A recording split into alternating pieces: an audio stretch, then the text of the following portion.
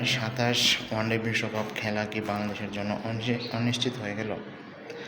আপনারা জানেন আগামী বছরের 31শে মার্চ পর্যন্ত যদি বাংলাদেশ র্যাঙ্কিংয়ে 9-এর মধ্যে থাকতে পারে তাহলে সরাসরি খেলতে পারত। কিন্তু আইসিসি সম্প্রতি তারা 6 মাস এই সময়টা এগিয়ে নিয়েছে, অর্থাৎ সেপ্টেম্বরের 30 তারিখ পর্যন্ত যদি র্যাঙ্কিংয়ের 9-এ যারা থাকবে তারাই আগামী বছরের ওয়ানডে বিশ্বকাপ সরাসরি খেলতে পারবে। এখন এই 6 মাসে আগানোর ফলে কিন্তু বাংলাদেশের ওয়ানডে বিশ্বকাপে একটু অনিশ্চয়তার মুখে পড়ে গেছে। আমার তো মনে হয় না, কারণ বাংলাদেশের নিচে যে ওয়েস্ট ইন্ডিজ আছে তাদের পয়েন্ট হচ্ছে 75 আর বাংলাদেশের পয়েন্ট হচ্ছে 83। যদিও এই 2 মাসের মধ্যে বাংলাদেশের সিরিজ নাই, আর সেপ্টেম্বরে কথাবার্তা চলতেছে ইন্ডিয়ার সাথে। যদিও তামিম ইকবাল খুব চেষ্টা করতেছে ইন্ডিয়ার সাথে সিরিজটা আয়োজনের জন্য, এবং এই জন্য তিনি ইন্ডিয়াতে সফরও করেছে, বিসিবিতে গিয়েছে, পররাষ্ট্র মন্ত্রণালয়ের সাথে কথা বলেছে, অনেক হার্ট অ্যান্ড সোল চেষ্টা করতেছে। যদি ইন্ডিয়ার সাথে বাংলাদেশের সিরিজটি হয় তাহলেও যদি বাংলাদেশ ইন্ডিয়ার সাথে 3-0 ব্যবধানে শোচনীয়ভাবে হারে তাহলেও বাংলাদেশের চিন্তার কিছু নেই, কারণ তখনও বাংলাদেশ ওয়েস্ট ইন্ডিজের নিচে যাবে না।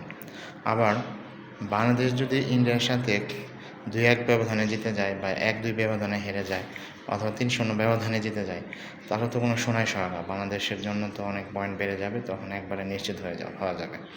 কিন্তু ইন্ডিয়াকে যে বাংলাদেশ সিরিজে হারাতে পারবে সেটা তো আসলে কোনো নিশ্চয়তা নেই, সেটার তো কোনো কথা নেই। এখন যদি ইন্ডিয়ার সাথে সৃষ্টি হয় তাহলে তো এই বাংলাদেশের সাথে কিন্তু তখন সেটা বাংলাদেশ অনেক সুবিধাজনক অবস্থানে চলে যেতে পারে, কারণ ইন্ডিয়া হচ্ছে র্যাঙ্কিংয়ে বাংলাদেশের উপরে, আর ইন্ডিয়াকে হারাতে পারলে বাংলাদেশের পয়েন্ট বেড়ে যাবে, আর তখনও বাংলাদেশের ওয়ানডে বিশ্বকাপ একবারে নিশ্চিত হয়ে যাবে। কিন্তু ইন্ডিয়ার সাথে ম্যাচটি বা সিরিজটি হবে কি না সেটারই তো কোনো নিশ্চয়তা নেই, কারণ দুই দেশের এই সম্পর্ক এখন কূটনৈতিক পর্যায়ে চলে গেছে।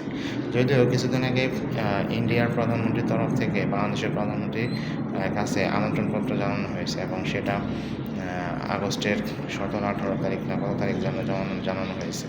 এখন সেটি যদি গ্রহণ হয় বা সেটি যদি আলোর মুখ দেখে তাহলে তো মনে হয় সোনাই সোহাগা, কারণ এই কূটনৈতিক পর্যায়ের সম্পর্ক যদি ভালো থাকে, তারা যদি অনুমোদন দেয়, পারমিশন দেয়, তাহলে বাংলাদেশ এবং ইন্ডিয়ার সিরিজ আয়োজনের কোনো বাধার মুখে থাকার কথা না। এবং তামিম ইকবাল আশা করেছে যে তারা ইন্ডিয়ার সেপ্টেম্বরের নির্দিষ্ট সময়ে বাংলাদেশের সফর আসবে এবং বাংলাদেশের সাথে সিরিজটি খেলবে।